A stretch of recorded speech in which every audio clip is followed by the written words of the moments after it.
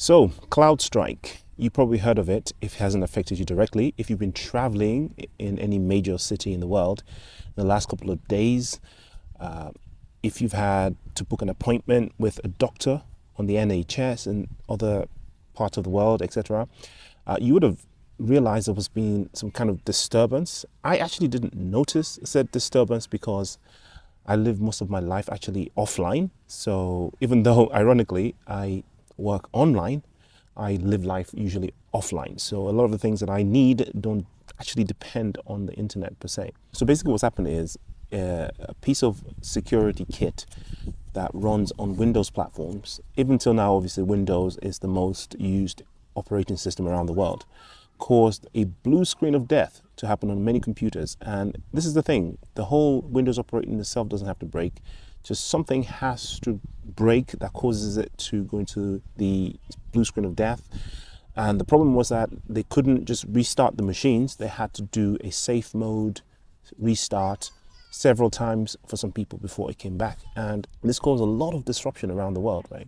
Airports closed down, they stopped accepting flights because the security systems, the computer systems were basically not functioning, right? They're shut down. People couldn't book appointments. It affected hospitals, schools, etc.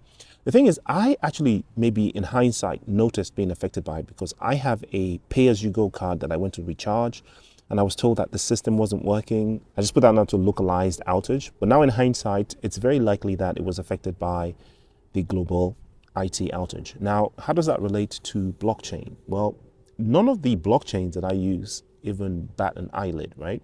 Everything run perfectly. The XRP ledger was running smooth, Bitcoin, everything runs smooth.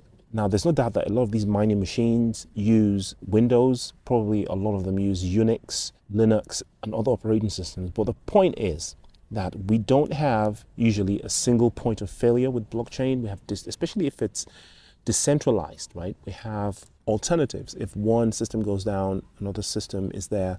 The decentralized nature of blockchain ensures that, we don't usually encounter these issues. Now, of course, there are single points of failure in some aspects, like we've seen with Solana.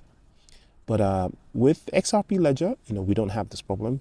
Bitcoin doesn't have this problem. Ethereum doesn't have this problem. And then just moving into the future, it kind of highlights how dependent we've all become on the internet and devices and stuff like that, that it only takes, one big failure and everything just collapses. I think as we move further into the future, we're going to see blockchain take more prominence, decentralization taking more prominence. I was watching this interview on the news where someone mentioned perhaps decentralizing security systems, that if we had not all dependent on this one company, if it had been more decentralized, we would not have had that same problem. So the concept, at least, of decentralization is coming up in these debates now, and people are understanding that having one central authority running everything is, while being really convenient, it's not usually the best thing in terms of security, reliability, resilience, etc. So basically what I'm saying is I think that this outage, this IT outage,